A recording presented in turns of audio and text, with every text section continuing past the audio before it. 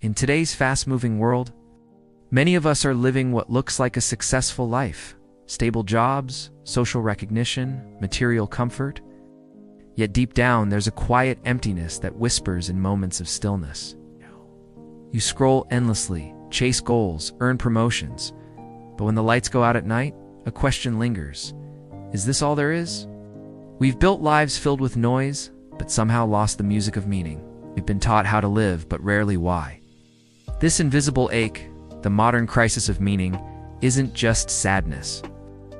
It's a longing for something deeper, something that can't be bought or measured. The Japanese call this feeling mu, an emptiness that can either destroy you or awaken you. And maybe that's where we begin. Not by running from the void, but by listening to it. Because sometimes, when life feels meaningless, it's not the end. It's the invitation to finally start living consciously. We live in an age of infinite information, yet we rarely pause to understand ourselves. We chase productivity as if busyness is proof of purpose. But the more we try to control our lives, the further we drift from what gives life meaning.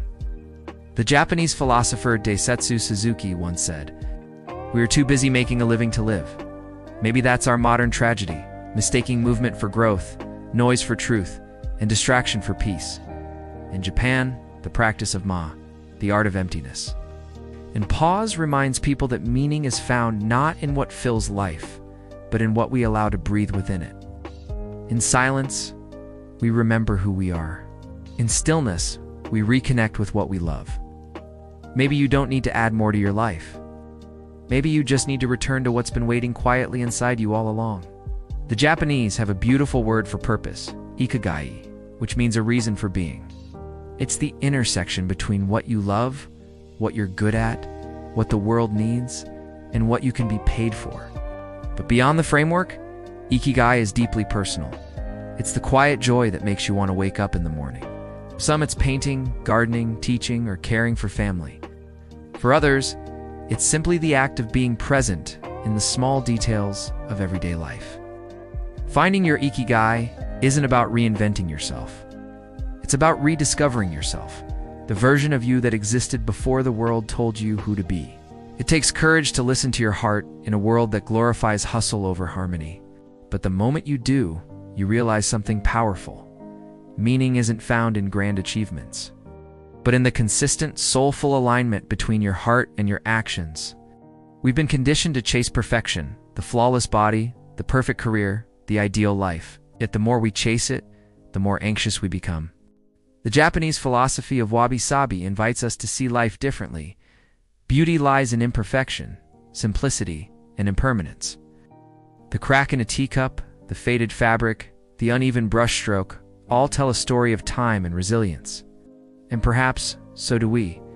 When we learn to accept our cracks, our mistakes, our incompleteness, that's when peace enters. Life was never meant to be flawless, it was meant to be real. Wabi-Sabi teaches us to slow down, to cherish the fleeting moments, and to see that even our struggles have their quiet beauty. Because the truth is, meaning isn't lost in imperfection, it's revealed through it.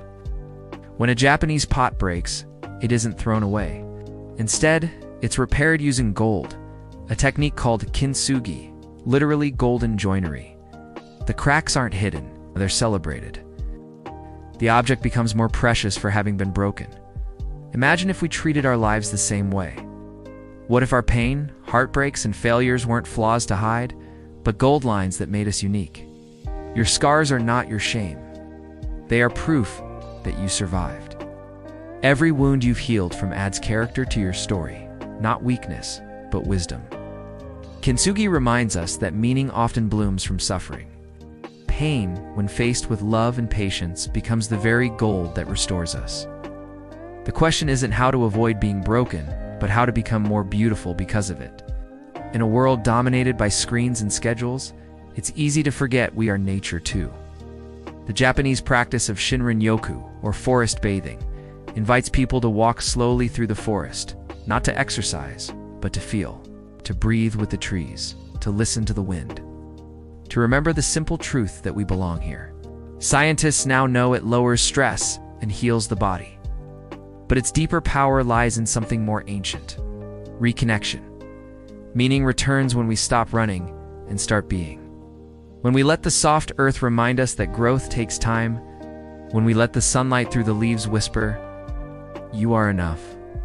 The modern crisis of meaning isn't a disease, it's a signal, a call to return home to the quiet spaces within and around us.